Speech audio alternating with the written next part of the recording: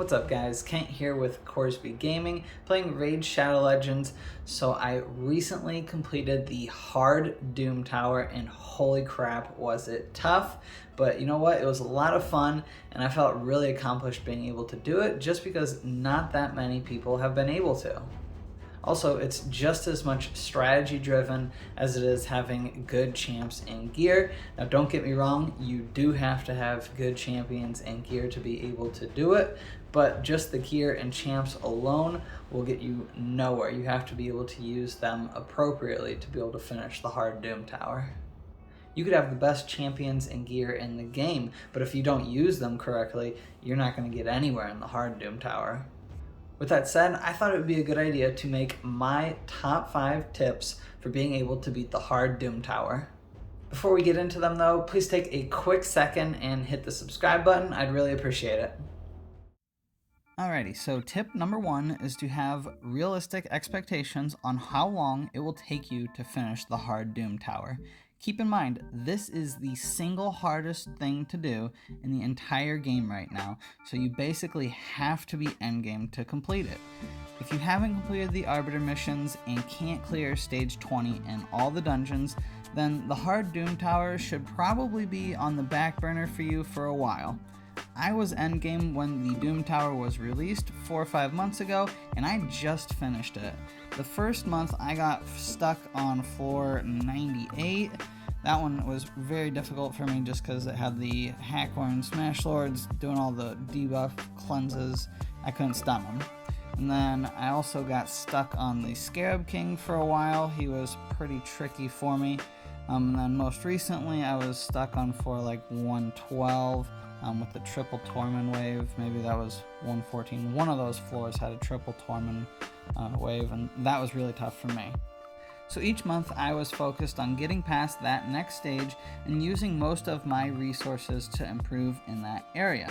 With that said, that's why my first tip is to understand how challenging the hard Doom Tower is and have realistic expectations on completing it, because it is a grind and will test you for sure. Tip number 2 is to know the different strategies for bosses and difficult floors. The hard Doom Tower bosses are no joke, and if you don't have a well thought out and strategic team put together, you're probably going to get it handed to you. For example, and this is pretty obvious one, but for the Frost Spider, if you don't kill it while it has a burn debuff on it, or with a block revive skill, it's just going to keep reviving itself. So you have to have a team that incorporates one of those two things. Like I said, it's a pretty obvious example, but it illustrates my point. Sometimes it's harder, like with the Scarab King or the Nether Spider, and sometimes it's easier, like with the Magma Dragon.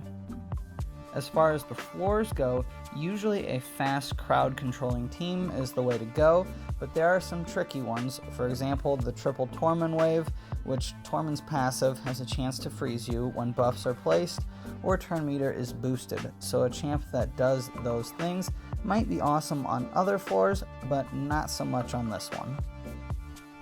On to tip number 3, and that is to know the stats you need for accuracy and speed.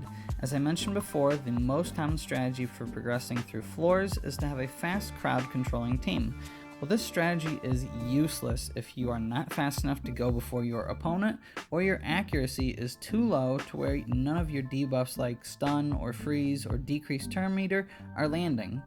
As you get higher in the hard Doom Tower, the stat requirements get higher, and this is usually the limiting factor for most players, as the requirements are very difficult to achieve.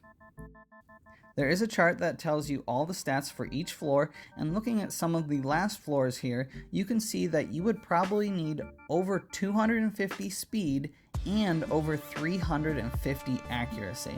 Like I said, this is probably what prevents most people from progressing in the hard Doom Tower, as these stat ranges require exceptional gear to achieve. If you would like to look at the chart more, I'll put a link in this video's description to the Reddit page where it's at. My 4th tip is to be prepared to invest and max out a champ for a single role. I had to do this a couple times to get past certain bosses. My first example is Armiger in a Destroy set to beat the Scarab King. I was stuck on floor 100 Scarab King boss until I built this Armrigger and he got the job done for me, but I don't use him anywhere else. Another example is Drexlar Blood Twin and the stage 120 Frost Spider. I built and maxed him for the sole purpose of beating that boss. Of course, I use him in Faction Wars as well, but I probably wouldn't have maxed him otherwise. Now this tip is not that you should max these champs, just that you should be prepared to invest and max whatever champs are going to help you beat a specific boss, even if you might not use them anywhere else in the entire game. I also make this recommendation with some caution, just because if you haven't completed other areas of the game, you might want to invest there first. For me, I had completed everything else in the game other than the hard Doom Tower, and that was my only focus. My last tip is to be flexible and adapt. The Doom Tower changes, and it's gonna change more in the future.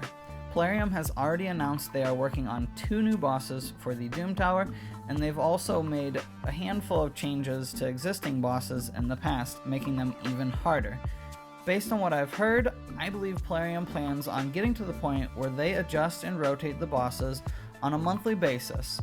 If this is the case, flexibility and the ability to adapt will be essential in beating the hard Doom Tower in the future. Alrighty guys, so those are my top 5 tips for beating the hard Doom Tower. I hope you enjoyed the video and that it helps you out. If you have any questions about anything I said, please feel free to put it in the comments. Thanks for watching guys, I hope you have a good one, I'll catch you next time.